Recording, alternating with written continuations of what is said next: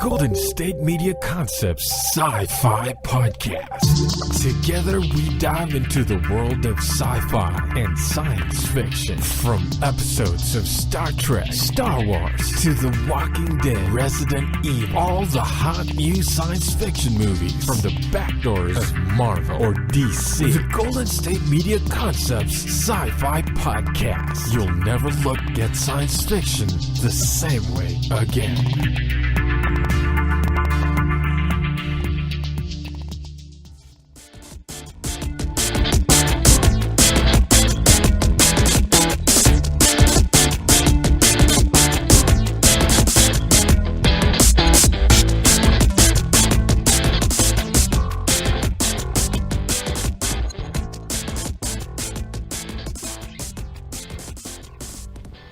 Hello everybody, this is Jay, back for some more sci-fi news on the GSMC Sci-Fi Podcast, brought to you by the GSMC Podcast Network. So, we got some really cool stuff to cover this episode, so let's just jump right on in. So, Leica is a company that's been around for a little while now.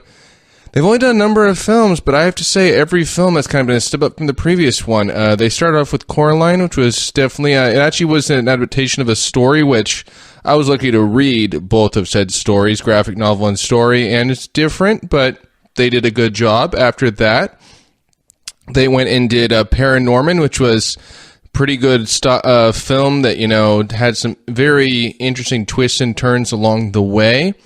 After that, their next film was Box Trolls, which was definitely different, but another fun film I really, really enjoyed. And then, most recently, in the last year or two, they did a film called Kubo and the Two Strings, which I thought was their best film yet. And they do stop-motion animation films, so this is like kind of like this similar formula they would do with like Night Before Christmas or like The Corpse Bride, or things like that. It's a long process, you know. Even Nick Park does this with some of his stuff. And, you know, it's basically where, you know, you take a shot of them with their arm up, then, you know, next with their arm down. And it's a very long process, but it can look really, really cool and very visually stunning, you know. And they tell some really good stories. So, yeah, so Leica has done all these films. I have enjoyed every single one. I think that Kubo was probably my most favorite, but Paranorman and Coraline, you know, and even Box Trolls have places all in my heart. They're all really, really good films. So, they had announced a while ago, you know, hey, we're doing a film 5, but that was the announcement. We're doing another film. Not what is the film going to be about, who's going to be in it, none of that stuff. No. Just said, hey, we're doing another film. And just this last week, they finally released a trailer for this new film, which is called The Missing Link. And this is a film that is going to basically follow, you know, the story of Sasquatch. But it's not your normal, you know, Sasquatch. Like Sir Lionel Frost sets off on an adventure to the Pacific Northwest to prove the existence of a legendary creature, which happens to be, you know, Mr. Link. Frost, who is also looking to gain acceptance by his small-minded explorer peers, is accompanied on his journey by Adelina Fortnight, which is a free-spirited, independent adventurer who just so happens to possess the only known map to their secret destination of trying to find Link. So this film is going to have Hugh Jackman as Sir Lionel Frost, Zoe Saldana as Adelina Fortnight. I think Timothy Oliphant is the one who voices Missing Link, and it's a different Missing Link. It's not the roar monster, you know, attack Missing Link. It's actually a Missing Link who can talk. There's, like, the trailer shows, you know, there's parts where they put a suit on him and try to bring him back to, you know, to their land, you know, to their, where they live. And I think it also shows in the trailer that I guess at one point they want to go halfway around the world to find the abominable snow people, because that might be some of his ancestors, some of his family. So this is a film that, of course, looks, you know, the different sets look absolutely amazing. The characters look really, really cool. And I was really blown away by this trailer. I really liked it. It's about 2.5 minutes. And I thought it was just a really, really fun trailer. It's got, like, you know, that sprinkles of comedy in there. It's got a lot of action. Like I said, the characters look really, really amazing. The visuals look really, really amazing. And we get a glimpse of, like, you know, the story in here too, which I like. So, yeah, I am very, very excited for this film. I really am. I think it's going to be another really good film for Leica. So far, Leica hasn't done a bad film. They've had some films that have been better than other films. This is true. But I have never seen one film by them yet where I'm just like, man, they just missed the mark on that one. I'll admit that Box Trolls wasn't always as strong as like Coraline or Paranorman. But still, it's a good, fun film that tells a good, fun, original story. You know, and that's what like Leica does. If you didn't know this, a cool little tidbit, they also did some work on The Corpse Bride. It wasn't their film per se, but they did do some work helping that film come to light. And yeah, like, so we did get our first trailer for this finally. Chris Butler is directing it, and Annapurna Pictures is going to help, you know, distribute it. But Leica is still the one who's kind of behind doing this film. So far, the release date is, they said spring 2019. As I'm seeing online, it says April 12th, 2019. Now, it's a possibility, you know, that could change. It's a total possibility. You know, that happens in Hollywood sometimes. It's just the way it goes. You know, and I might have been wrong. It might be Zach Galifianakis who voices, Mr. Link. That's a possibility. It doesn't really actually say, but I'm going to guess he might be the one who does it. So, yeah, and it says here that it was originally going to be published on the 19th, or scheduled on the 19th, but it got pushed up a little week. So, yeah, like, this is another film that I think is going to be a really, really fun film, a really cool animated film. It's going to put a new twist on a story that... And it's not, mind you, it's not like the only missing link, you know, story we've ever had. Heck, we had Smallfoot that was, you know, kind of a story like this of sorts. It was very different at the same time, but it had to do with, you know, Snow Monster, Missing Link, all that. So it had to do with that. And, yeah, I really like this trailer, and it's gotten me pretty pumped for this film. And, yeah, I'm really looking forward to it. I don't know if it's going to be a film for all ages, but I think that, you know, kids of certain ages will enjoy it. A fan of Leica's previous films are sure to enjoy it. And yeah, like I said, if you want to see this trailer in its entirety yourself, it is on YouTube now. And yeah, overall, I just can't say like, you know, anything bad about it. I really can't. I had watched this trailer a few times already, and each time it's like, all right, this looks pretty goddamn cool. And like I said, it's done in the same style. It's stop motion animation. You know, with like you know, they like every, you know, shot is just you know, a second of film. And yeah, look, it's going to be another really, really fun film. I wish I had more to say about it than that, but that's really all I have at the moment. But like I said, if you have seen the previous films, if you haven't seen the previous Leica films, I would highly recommend them. They're going to be a little different though. Just so you know, if you haven't seen the films, Coraline is a little different. It's got some kind of odd moments in it. Paranorman is very different. And like I said, there's some cool twists there as the story goes along where everything will make sense.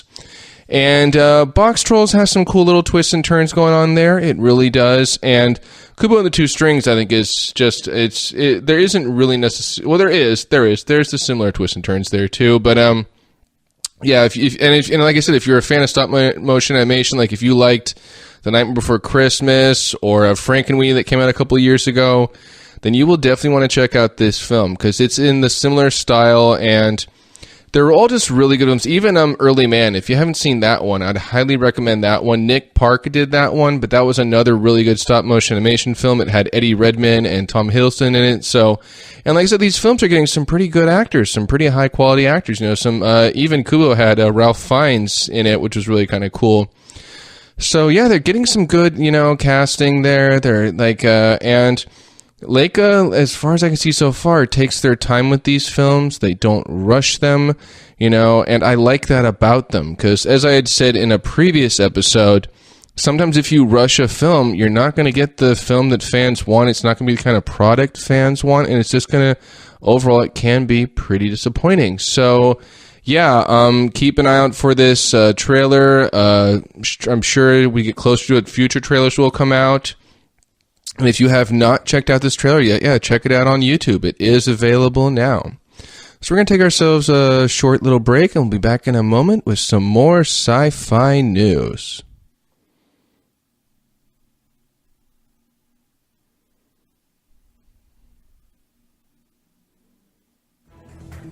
Want to find out what movies to go see? Then check out the GSMC Movie Podcast. It's your ticket to the latest movies, whether it's a new blockbuster event, romantic, comedy, or action flick. This show has got it all covered. They talk some what to go see now. Don't bother. What's hot on Netflix and everything in between. That's gsmcpodcast.com/movie-podcast. When it's all about the movies, it has to be this new show. Don't forget to like them on Facebook and follow them on Twitter. Visit gsmcpodcast.com for more info.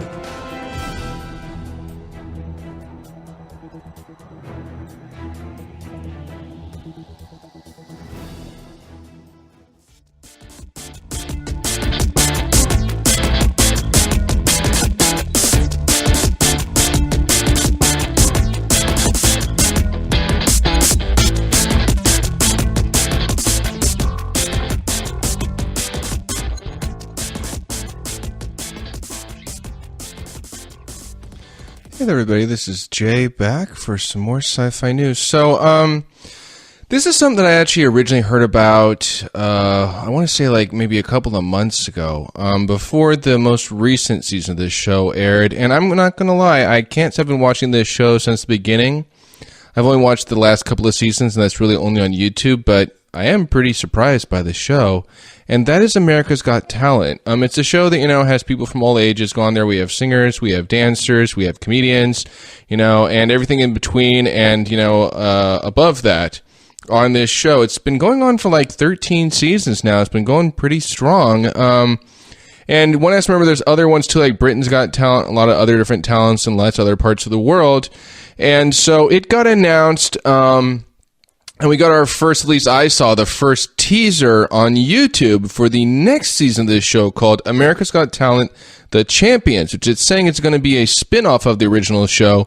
Instead of having Tyra Banks be the host of it as she has in, I believe, at least the last one or two seasons, Terry Crews is going to be hosting this. But besides that, the judges are all going to stay the same. Howie Mandel, Simon Cowell, Heidi Klum, and the Spice Girl. I'm sorry, I can't remember her name off the top of my head. If I look here for a second, I can probably find it. Let me see here. Yeah, Mel B. So she is going to be there. Yeah. So all four judges will be back on this. And here are some of the acts that are going to be on here. And I don't recognize all of them, but like Angelica Hale is going to be on this season. She was just 1 or 2 seasons ago. And she actually, I believe, it was her or Darcy Lynn that season. So I recognize her. Who else do we have here that I recognize? Because there's a lot of acts, and they're pulling acts not just from previous America's Got Talents. There's going to be people from Britain's Got Talent, and some winners, some runner-ups, some semifinalists, some quarterfinalists, and so who else is going to be on here? We've got Colin Cloud, which I think was on... Yeah, he was originally on Britain's Got Talent first, and now he was also on season 12. And they just had their season 13, but like Darcy Lynn Farmer, who was a ventriloquist, who I think did an amazing job and, deserved to win. She's coming back. Who else do we have here I recognize? Light Balance, which was actually originally on Britain's Got Talent. I did see that. And then they got third place on season 12, which they were an amazing act. By the way, you can check their previous acts on YouTube. And a guy who just recently was on Britain's Got Talent, and I have to say he was amazing. I got to watch his acts on YouTube again, was called Lost Voice Guy. He was a comedian, and by the way, a very, very funny comedian. He's going to be on there this season. Piff the Magic Dragon's going to be on there, who has actually shown up on a few seasons with Penn and Teller recently. Who else is going to be here? Shin Lim, who was on last season. Susan Boyle, who was on Britain's Got Talent. And yeah, it looks like there's going to be some amazing acts here. There's going to be a lot of acts. So far, these are only certain acts that have been announced. I'm sure there'll be plenty more. And I think they're saying they're going to have from Australia's Got Talent, Britain's Got Talent, France has talent, Mexico got talent, España, Italia's got talent, South Africa's got talent. So there's going to be a lot of different talent shows where they're going to be pulling, different people from different, seasons. And some of the seasons are more recent, and some of the seasons not so recent. So I don't actually think this is necessarily a bad idea for a show. I really don't. And what's a little weird to me, though, is they're pulling some people where it's like, you were on here recently, and don't be wrong, it's not bad to see you again. Heck, Darcy Lynn came on last season to do a new song, and like I said, Piff the Magic Dragon has been on there once or twice in, recent seasons, and so I don't know, maybe they should have pulled people from later, like further back seasons, maybe, it might have been a thought, but they've done that on previous seasons too. Before Darcy Lynn won that season, they had one of the other ventriloquists who won from like one of the first seasons come on, so that was kind of cool. Preacher Lawson, which I'm looking forward to seeing again. I thought he was really, really funny last time. I think the only reason he didn't win last time was because it was just... I've noticed this the last few seasons. The last few seasons, all the finalists have been pretty goddamn talented. They all have. You're like, man, it's almost like, who's going to actually take it? Because they've been really good. There's been really good comedians, really good dancers, really good singers, really good ventriloquists, just really good across the board. So it's been like, kind of like, man, I don't know who's going to win it. It's not really obvious. Even when Darcy Lynn got it that one season, I'm like, I wasn't sure if she was going to get it. It just wasn't, written in stone because she was going against some really good competition. Lost Voice guy was the same thing. So some of these like people who have won or have gotten to the finals in the past, it's been the kind of seasons you're like, man, I don't know who's going to get it. I just don't know. So it was only a 30-second teaser I saw. But like I said, this show, and it's brought some kids on some of these shows that are just absolutely amazing, by the way, in previous seasons and recent seasons. And I personally would like to see come back this season. It hasn't been confirmed yet, and like I said, this is only a small list. If it's going to be a whole season, I'd imagine it'd be bigger. I'd love to see Puddles the Clown come back, because I thought he was really, really good that season. I think he could, do really well again, and maybe even get farther this time. I would like to see that, because he was, I want to say, a semifinalist, so I'd like to see him come back, and it's kind of cool. They're pulling people from the, other shows. Actually, they had Sacred Rihanna on, which was kind of a horror magician. And it turns out she had been on Asia's Got Talent and actually had won that one. I didn't know that until I saw it online later. So it'd be kind of cool to see some of these people come back. And I'd like to see them kind of pull some of the people who didn't necessarily get as much of a chance. Because I've noticed there have been some. There have been some people who have come on the show and let's see, they'll get through the first round, but they don't really kind of get a chance to go on after that.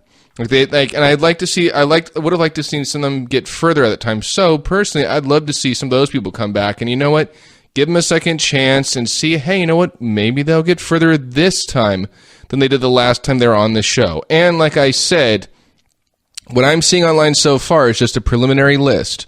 I'd imagine as we get closer to this show, the list might get bigger, and more people might be announced. And it's also saying some of these acts have announced, their appearances by means of Twitter or Instagram. So you can always look on there too, and they may not just be on the site I'm looking at, but they may be there. And this show, as far as I can tell, is coming to NBC January 7th, 2019. So in the next about 2 months or so. So, so I'm looking forward to it. It's only going to be 7 episodes, so I think that's actually shorter than a usual season, so that's kind of interesting. So I wonder if that's going to be a good thing, or if that's not going to be a good thing. I'm a little actually iffy about that one. Because, usually the process of America's Got Talent has been kind of a long, drawn-out process, right? It hasn't been just 7 episodes, to my knowledge, but we'll see how it goes. And I'm not sure if it's going to be, are they trying to compete again to get further, or is it just to be like, hey, we have him come back, and I'm not really sure. It doesn't really say. And, Terry Crews, this won't be his first time hosting, but I think it's a little bit of an interesting choice to do that. So if you are a fan of this show and you want to see, a little bit about this one, you can check out the teaser like I did on YouTube. And I'd imagine as we got closer to the show itself, we might end up getting, an actual trailer and kind of get more of a taste of this show. But I'm excited to see it, and I'm curious to see it, and I'd definitely like to, see who else is going to show up. So, take ourselves another short little break, and we'll be back in a few moments with more sci-fi news.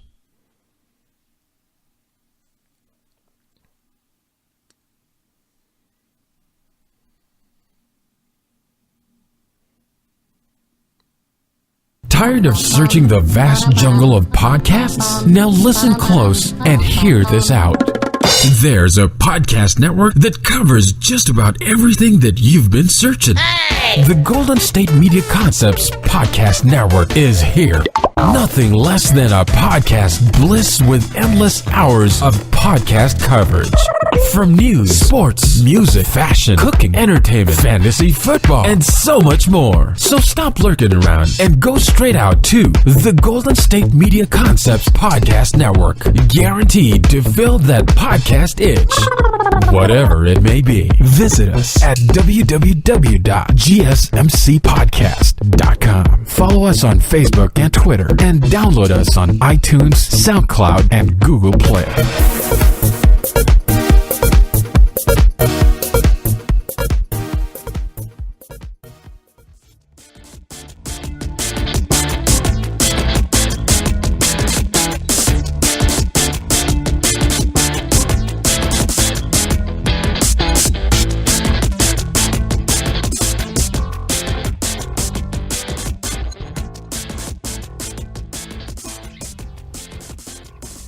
Hello there, everybody. This is Jay, back with some more sci-fi news for you. So, I talked very heavily about how I felt about Ducktales just the last episode.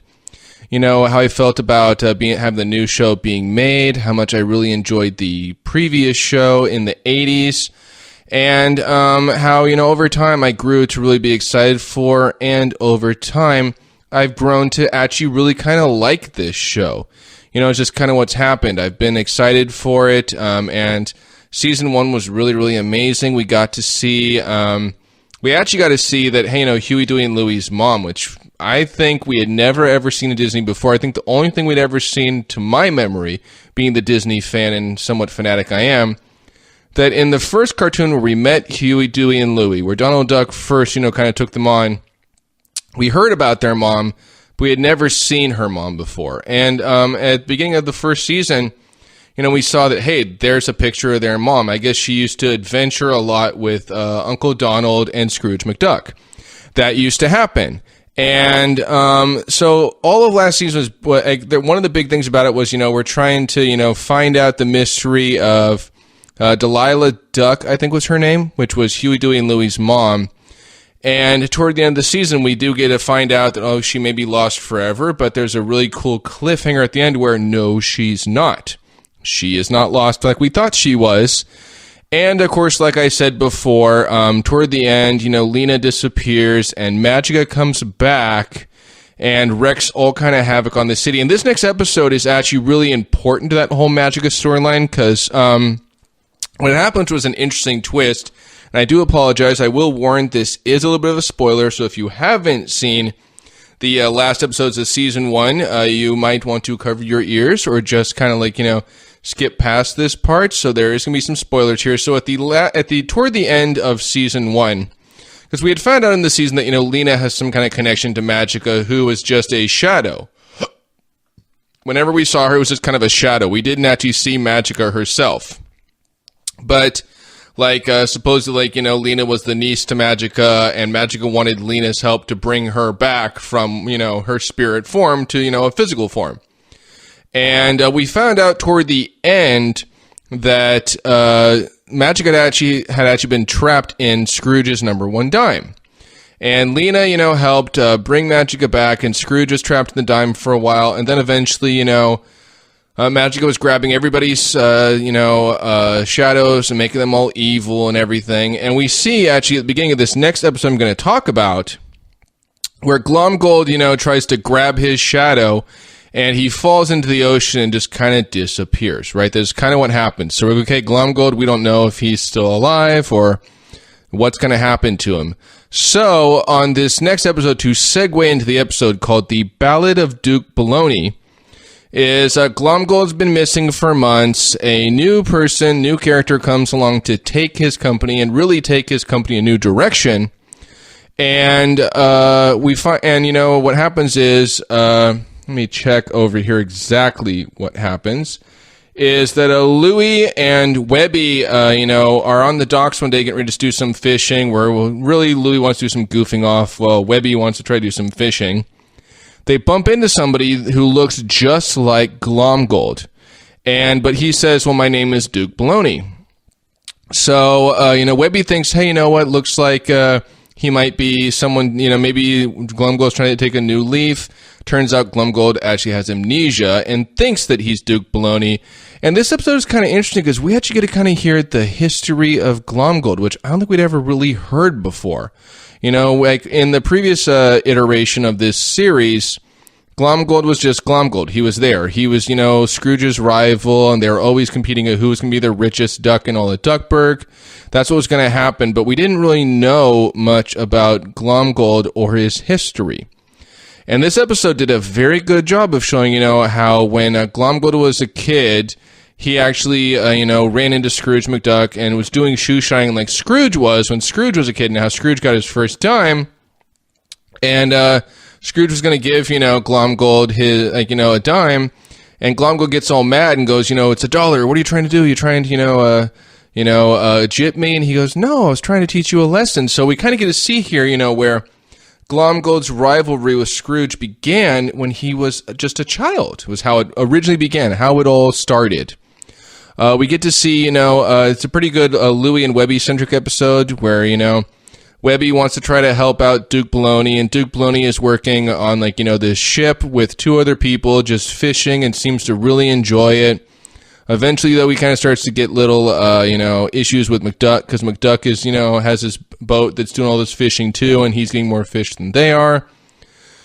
But, yeah, Duke Baloney is trying to just live this, kind of life, and he seems to be actually happy. There's actually a point where Webby and Louie grab Scrooge to try to, talk to Duke Baloney, who, Louie's like, look, he's, Glomgold, he was this evil man, and we don't want Glomgold to come back. We don't want to do that, because, he caused all kinds of, havoc and, issues with Scrooge. That's just what happened. So, Louie doesn't want to help out Duke Baloney at all or try to bring Glomgold back. Webby is like, no, come on, we've got to help him. It's the right thing to do.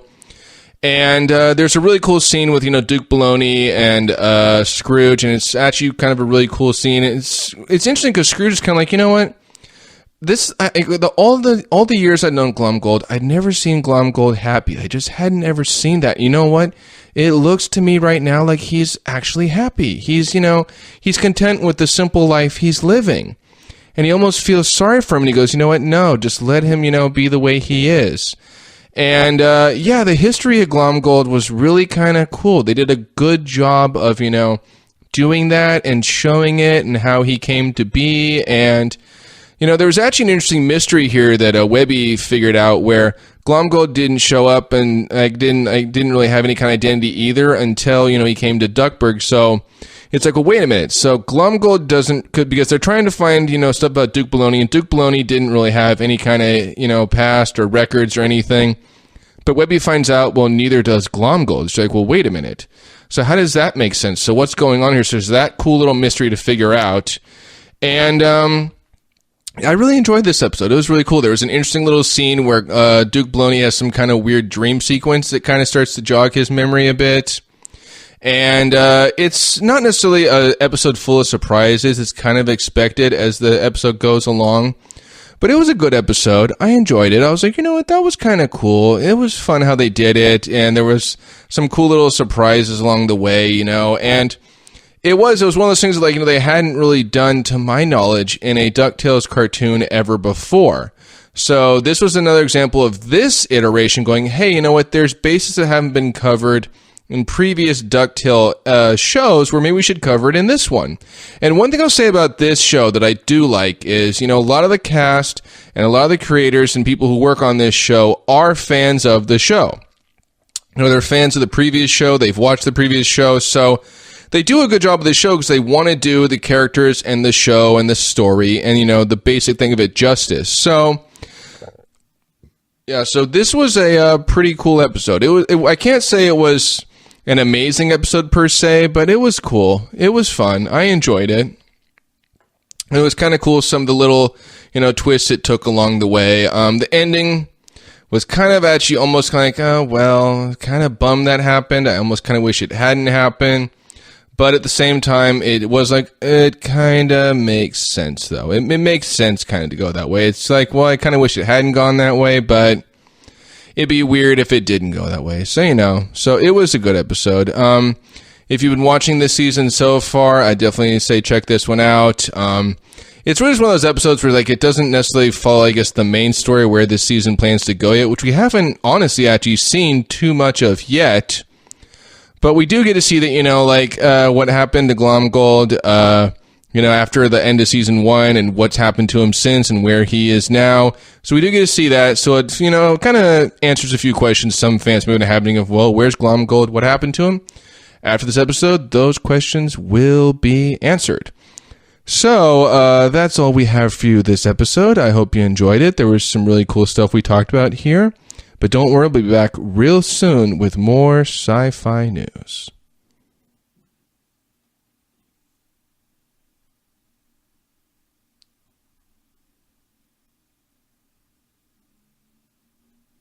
You've been listening to the Golden State Media Concepts Sci-Fi Podcast, part of the Golden State Media Concepts Podcast Network. You can find this show and others like it at www.gsmcpodcast.com. Download our podcast on iTunes, Stitcher, SoundCloud, and Google Play. Just type in GSMC to find all the shows from the Golden State Media Concepts Podcast Network, from movies to music, from sports to entertainment, and even weird news. You can also follow us on Twitter and on Facebook. Thank you, and we hope you have enjoyed today's program.